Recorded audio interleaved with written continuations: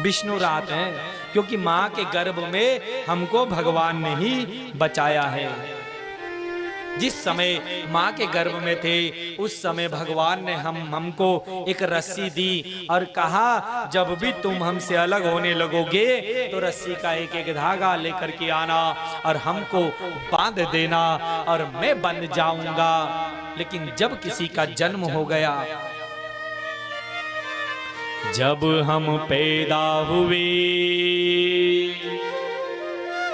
जग हंसे हम रो, नहीं ऐसी करनी कर चलो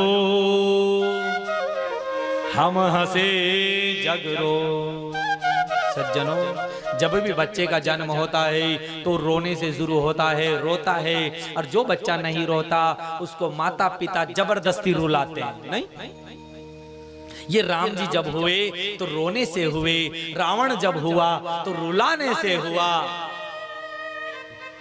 जब भी संसार से जो भी कार्य करते हुए मृत्यु के समय जब जाएंगे, कुछ ऐसा कर्म करते हुए जाना कि पूरा संसार आपके लिए रोए। ऐसा नहीं कि पूरा संसार हंसे, अरे पूरा संसार आपके लिए रोए और हंसते हंसते जाना इस संसार से। अगर इस संसार में आए हो तो ऐसा कर्म करते हुए जाना, ऐसा कर्म करते हुए। और वहां युधिष्ठिर को अपशकुन दिखाई देने लगे। कभी वर्षा होती है, कभी धूप पड़ती है, कभी गर्मी पड़ती है, कभी सर्दी पड़ती है, कभी कुत्ते उनकी तरफ मुंह करके भौंकते हैं, कभी रोते हैं, कभी तूफान चलता है, कभी भूकंप चलता है। अरे क्यों? क्योंकि ये धरती भगवान के चरणों से विहीन तो नहीं हो गई। वही सोच में पड़ गए, अब मैं क्या करूं भैया।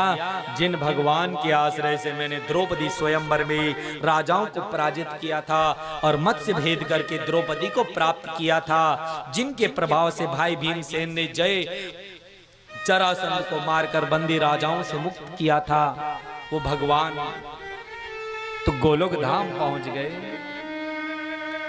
और इधर परीक्षित ब्राह्मणों की आज्ञा से पृथ्वी का लालन पालन पोषण करने लगे। उत्तर की पुत्री इरावती नाम की कन्या से राजा परीक्षित का विवाह हुआ, जिसमें जन्मेजय चार पुत्र उत्पन्न हुए। और फिर उन्होंने गंगा तट पर जाकर के 3 अश्वमेध यज्ञ का विचार किया। फिर युधिष्ठिर जिस समय जा रहे थे, युधिष्ठिर अपने पौत्र परीक्षित के आगे हाथ फैला, अगर तुम इस बक्से को खोल दोगे तो अधर्म हो जाएगा। इसलिए परीक्षित ने कह दिया ठीक है महाराज। जो युधिष्ठिर महाराज हिमालय की ओर चल दिए, परीक्षित को सारा राज सौंप करके। अब यहाँ परीक्षित का राज है। वीर अभिमन्यु का पुत्र परीक्षित जब दिग्विजय करके लौट रहे थे, उन्होंने देखा एक, जैसे ही देखा परीक्षित ने कहा अरे ओ दुष्ट तू कौन है? उसने कहा महाराज मैं कलयुग हूं। परीक्षित ने कहा अरे तेरा समय आ गया। हाँ महाराज मेरा समय आ गया। अच्छा तू ये बता तू रहता कहां कहां है, कहां कहां रहता है? द्यूतम पानम स्त्रियम सूना यत्र धर्म चतुर्विधा। जहाँ लोग जुआ खेलते हैं मैं वहां होता हूँ, सट्टा खेलते हैं, जहाँ मदिरा पीते हैं, जहाँ हिंसा होती है, जहाँ झूठ बोला जाता है, जहाँ कपट होता है, मैं वहां होता हूँ। अरे तब तो बढ़िया है। उसको मारने के लिए लगे और इस कलयुग ने चरण पकड़ लिए, चरण पकड़ लिए, आयु खत्म। कलयुग ने चरण पकड़ लिए, ये कलयुग है, तभी से तो ये कलयुग आया। कहा अच्छा महाराज मुझे सोने में भी जगह दे दो। परीक्षित ने कहा नहीं। क्यों?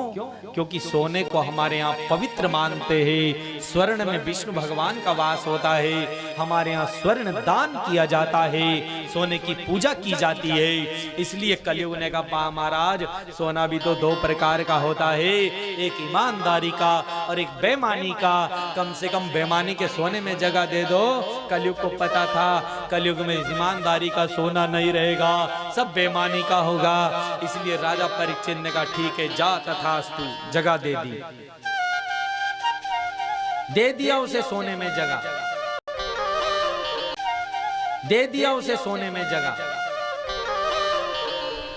अब जैसे ही राजा परीक्षित ने जब सोने में जगह दे दी तो राजा परीक्षित बहुत देर तक टहलते रहे।